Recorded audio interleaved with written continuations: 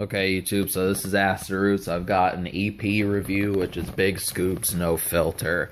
Now, when this came out, it came out on the heels of Big Scoop's Damn Fool, and that one made about the same noise as Monsterific did, except it just didn't have as many singles. So obviously he's known for his real loud and crass and obnoxious first singles, which is actually not a bad thing when I say obnoxious, but really the focus of this album is about the same, only it's compact in an EP form, and 5 songs does not give us really enough material to get used to the project. Now obviously it would have worked a lot better had there been 6 or 7 songs, but really that leaves, if you don't like 2 or 3 songs, that's virtually the whole project, and that's exactly what happens.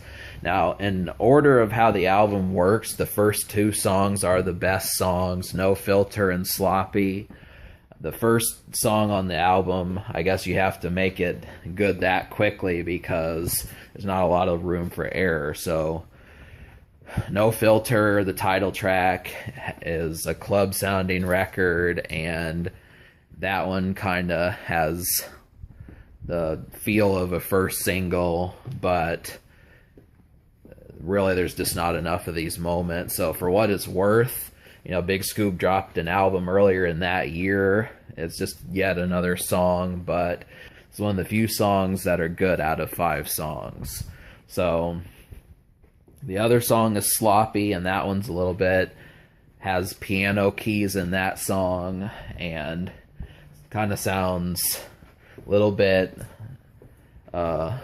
shady, and I like that one. It took some getting used to. I think I heard Cut Calhoun on there, but there's not really a wiki page for this, so it's hard to look up information. So really, I don't know if any singles supported this. I don't know if it had any promotional singles, but I can kind of tell that Torn wasn't exactly a single, and it didn't feel like any of the other ones were either. But the third song that I enjoyed, which is actually a song I'm on the fence about, is Soil Music. And this sounded like a song that was done by E40, and I appreciated it, but it really sounded like something out of California. But, beyond that, 3 out of 5 is actually pretty decent, but I'm going to say 2.5 out of 5. So really what I want to give this album is I'm just going to give it a 5.5 out of 10. It gets like a 3 social just because there's no Wikipedia page for it, and I don't know if any singles promoted it.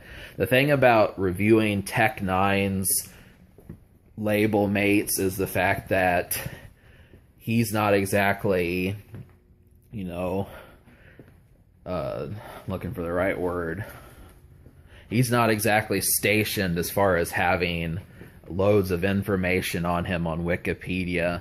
I mean, he kind of is, but his label mates are not. It's like he has tons of people on his label, but not too many of them have their own page dedicated to them as far as finding information. So this is strange trying to find information on strange music artists when not all of these people's projects have any information dedicated to it. And this is yet another thing, is just because N9ne's songs are starting to get gold certifications and that sort of thing, but really it's just he's still borderline underground, and that definitely, if N9ne is, that definitely means that Big Scoob is. So trying to get just a modern EP out of someone, it's a little bit tougher to get the information. So that's the problem with this project, but it does have a winning bevy of songs. At least half the project is good, so there's that. I've now officially reviewed everything that Big Scoob's done. So until we get that next project, that's what's going on. So pretty much, I would recommend getting this as like an appetizer for the 2 Big Scoob projects to go for first, and then finish it up with HOG, even though that's not the best project. So subscribe for more fun.